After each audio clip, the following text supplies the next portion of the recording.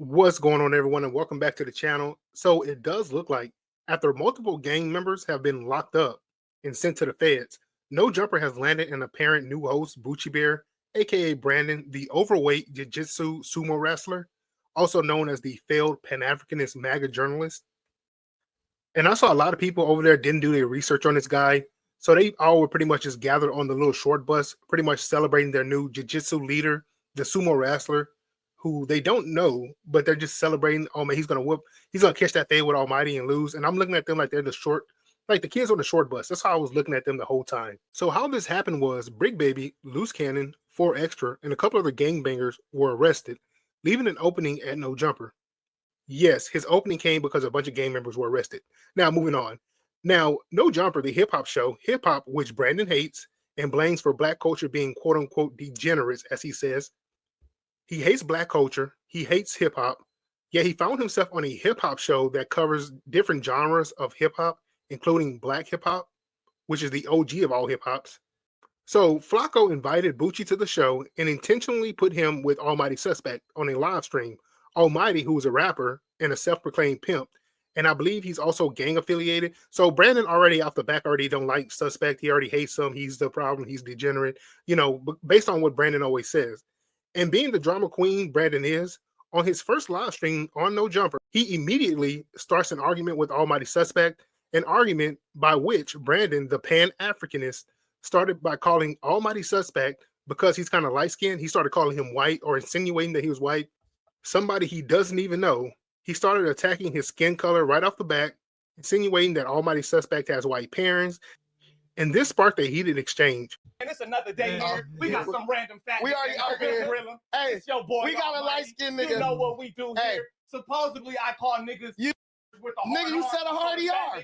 You said a hard ER. Totally offended with some shit. I ain't offended. I'm just asking. It's imaginary. Hey, why would I ever call another black man the hard R? What are you even talking about? You sound retarded. You said hard ER. Then you said stupid. Some nonsense that I said maybe it was white blood stirring up. Why would you ask me if I would say the hard ER? Because that's what you said. You don't know you I heard it, and then I asked you, did you slur your speech? Then I asked you if you slurred. That ain't what I said. I asked you if you slurred your speech. That ain't what I said. And then you went into a whole rant about whatever you're talking about. That ain't what I said. You said a hard ER. I heard it. My ears work fine. You did. You did. This nigga right here, this light skinned nigga right here, this high yellow nigga right here said a hard ER. That's what happened. Guys, we are live. Mixed with nothing. Hey, we're live. Weird ass. We are live.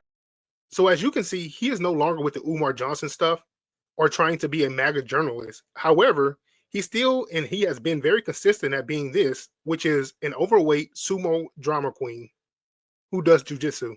So after Brandon went to No Jumper and started the drama, being messy and a complete low IQ sumo wrestler, he then goes to the Viral Way podcast, where he goes on another one of his hate speeches. Like, he literally did all that on No Jumper just for he can get off this hate speech. And I think he actually tried to be sneaky about it, but again, it didn't work. And one more detail. I believe these guys over here, they were gang members or they're active gang members. I'm not exactly sure. However, he finds himself clout chasing on their platform. And I'm pretty sure behind closed doors, he's calling them degenerates and all that stuff. Because we know how sneaky these guys are. These people out of the Umar Johnson sector.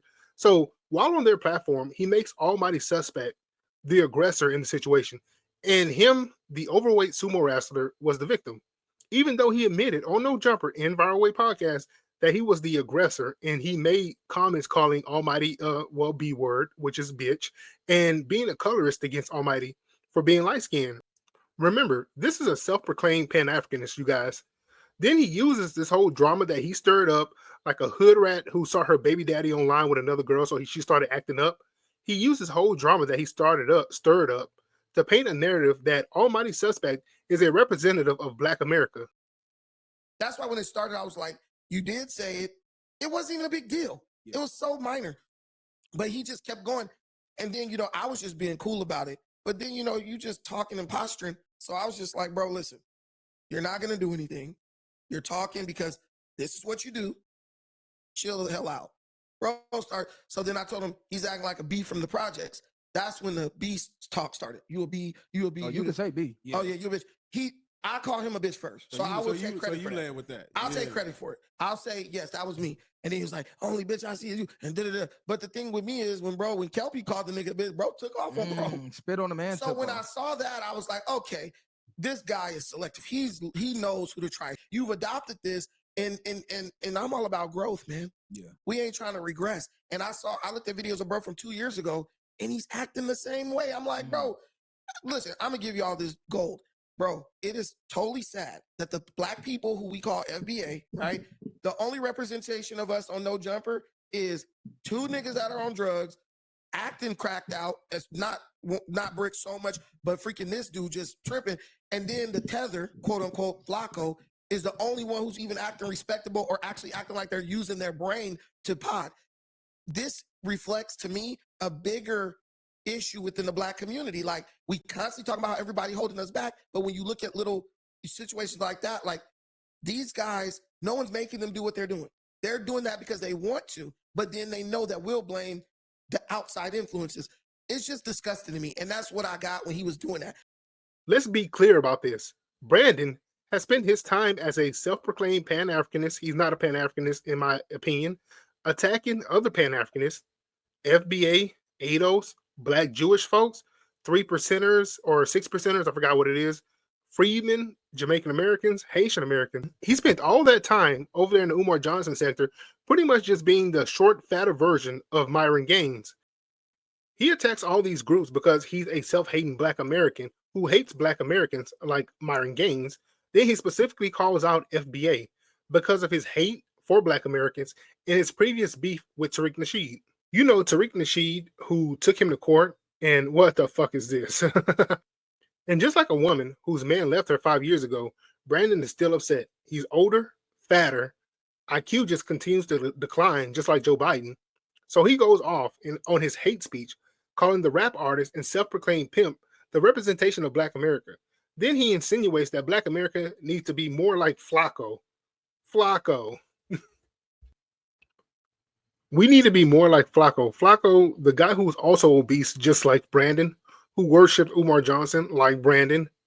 Umar, that loser with 3 baby mamas, currently unemployed and was ordered by the courts in 2021 to go get a job.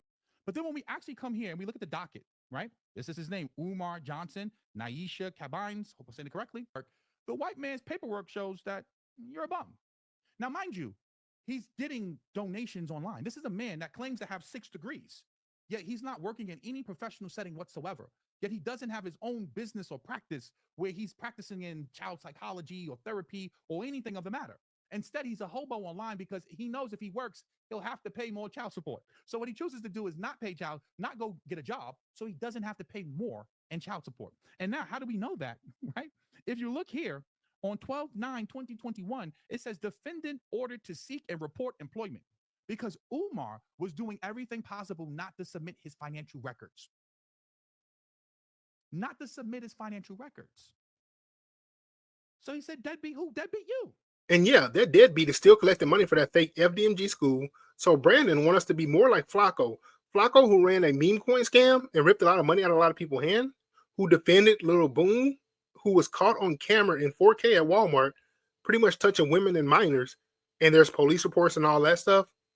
Flacco, who doxed Umar Johnson's hater and sent people to their house.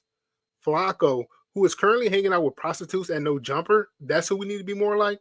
Flacco is a symbol of hope. Yeah, those women aren't for free and are probably why No Jumper is having money issues currently. Because No Jumper money, in my opinion, is propping up Plug Talk. Adam, you can find some women that's less than 5K per session. I mean, if you want to save your podcast.